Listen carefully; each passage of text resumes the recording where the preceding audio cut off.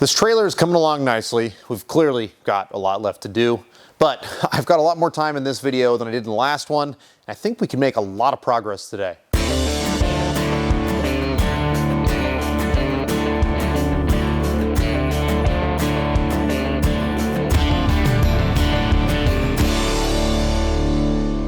In the last episode of this series, we assembled a big metal door from scratch, and this is just using some different ideas that I had thought about for many years, and I finally got to put into a project. In today's episode, I'm going to have a little bit more time, and I'm hoping we can get a lot more done on this trailer. I'm going to start with the floor. I want to put the floor down. There's going to be an access panel, so I'll cut for that. And then I want to put like this dividing wall that's going to go from the front chunk to the back chunk. So I think I'm going to use like expanded steel. And then if I need to, I can like zip tie things into it. Just ideas. This is a creativity channel. So I like to push my ideas and see how flexible I can make things. And I'm thinking that having a thick wall down the middle here is gonna help give it some rigidity. And if we make it that expanded steel, it's gonna make it usable. And then if we add some gussets on all four corners here, it's gonna make it to where the center of this is really nice and strong side to side, because that's what we're trying to do here, is make this strong. So we'll put the floor in, we're gonna cut some access panels, we'll put this middle part in, and then I guess I'll start working on the outer skin.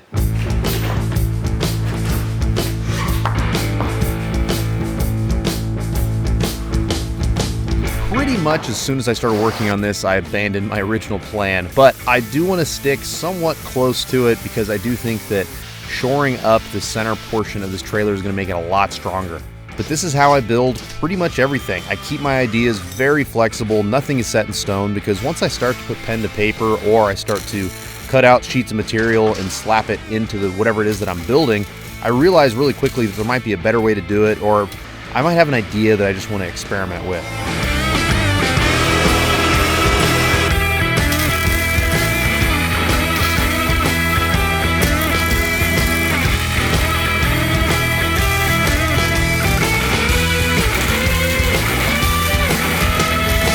I'm drilling holes into the floor because I want to have a place to plug weld that'll give me a nice tight bond between the stuff that is holding the trailer together and the floor. This isn't super necessary because we're going to be welding all the way around the floor, but having spots in the middle that are plug welded all the way through to some sort of a supporting member, supporting structure, is going to make it a lot quieter going down the trail.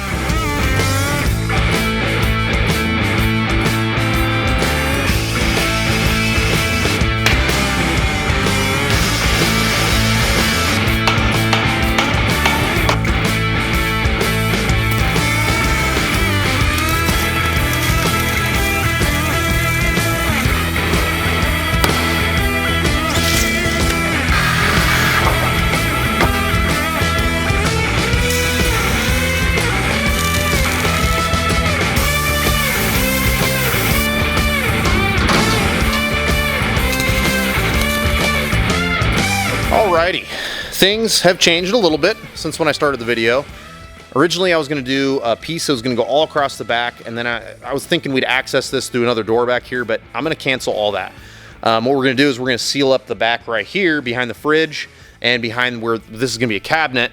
So this is going to be a cabinet where we're going to keep all of our cooking stuff, and in the future you're going to see why I placed all this here. We'll go over that in the next video, but for now I'm going to basically build walls all the way around the cabinet, and the next one will build the door and a similar seal system to what we used on this front door.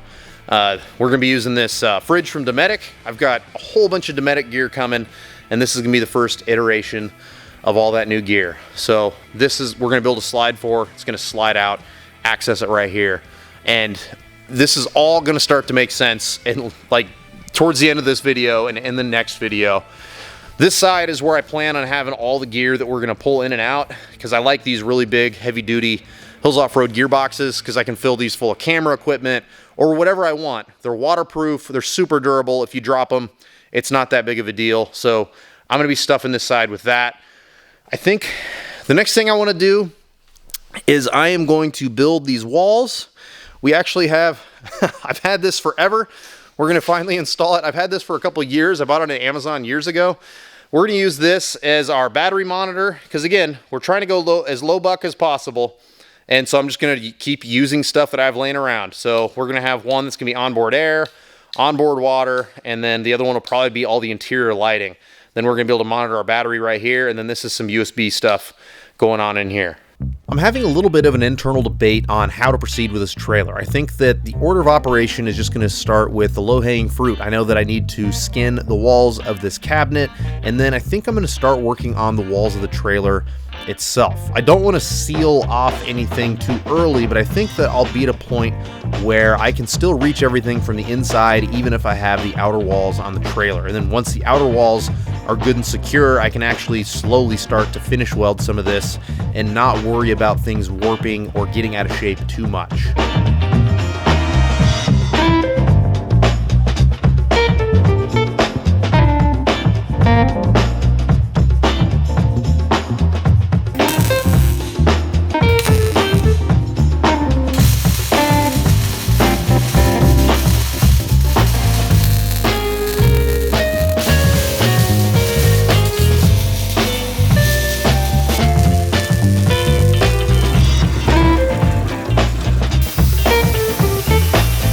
Projects this size, mistakes are bound to happen, and I just made a pretty big one. No.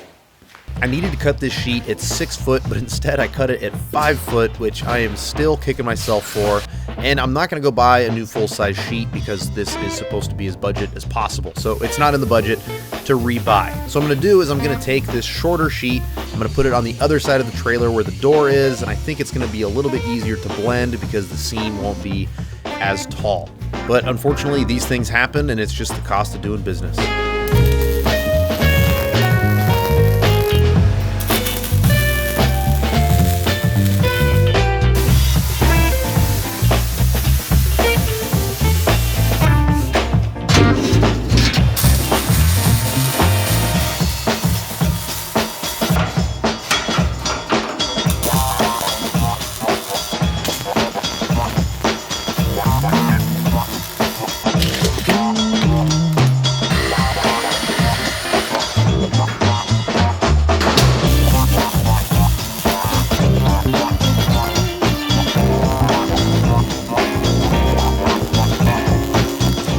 It's a big step. We got walls now, which makes me very excited. So the next thing I want to do is build a table, which I know just seems like it's out of order, but it's something that's been rattling around in my head, and I want to see it. I just want to see it exist. So what we're going to do is we're going to build a nice big drop down table right here, because the way that I see all this working in my head is we pull up to camp. I want to make the bottom of the tent taller than me, so we drive on some wedges. It lifts this whole setup higher. We open up the rooftop tent and the footprint goes this way. So now I have a natural like cover out of the elements. And then if I want a bigger cover, there's a canopy that zips into this that has a huge footprint, and I can put the kids' chairs and all that stuff under there. There's even lights right here to light up the kitchen. So it kind of works out perfect. Then I'm in dad mode. It's time to cook. I like to cook for everybody. So we're going to open up a latch here, open up a latch there, drop down this big, beautiful 6 foot wide table. And then we open this bad boy up, and we're gonna have all of our cooking stuff there, our pantry stuff here. And then when we need to get all of our food to cook, we're gonna slide out this fridge, open up the top of the fridge. We can go from the fridge right to the table, cook. And then once we're done cooking, we need to do dishes and stuff. I wanna put a plumbing fixture here. I haven't decided what to put here yet. But anyway, the idea is I can wash my dishes and stuff right off of the back of this thing, because I've already got the water pump. We're gonna have a water system on this thing. I might as well take advantage and have a way to clean dishes super easy on this one side. So why put it all on the one side? I wanna have the cover of this, and I don't wanna be constantly going around and around in circles on this thing to just open up weird little cubbies everywhere. I would rather have everything that I need immediately right here, and then everything else is just gonna be in those hog boxes or backpacks or whatever, shoved in the other side.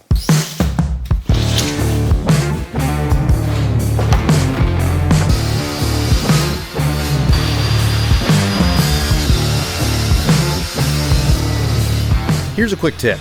If you're building a project and you want to confirm that it's square before you start to tack everything together, just measure from one corner of your project to the other corner. If these measurements are identical from corner to corner, then you're square. But if one is a little bit longer than the other one, then you need to shrink the longer one or you need to expand the shorter one. But you want to make sure that from corner to corner, these measurements are identical.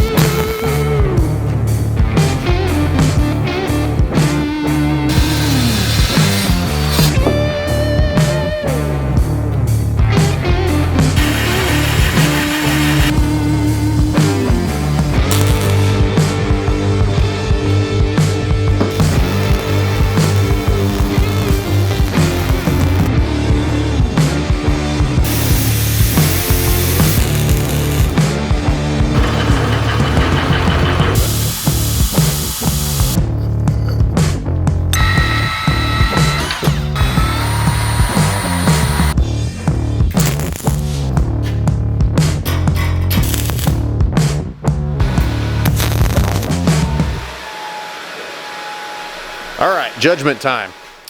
Unfortunately, I don't have everything I need for this. I thought I did.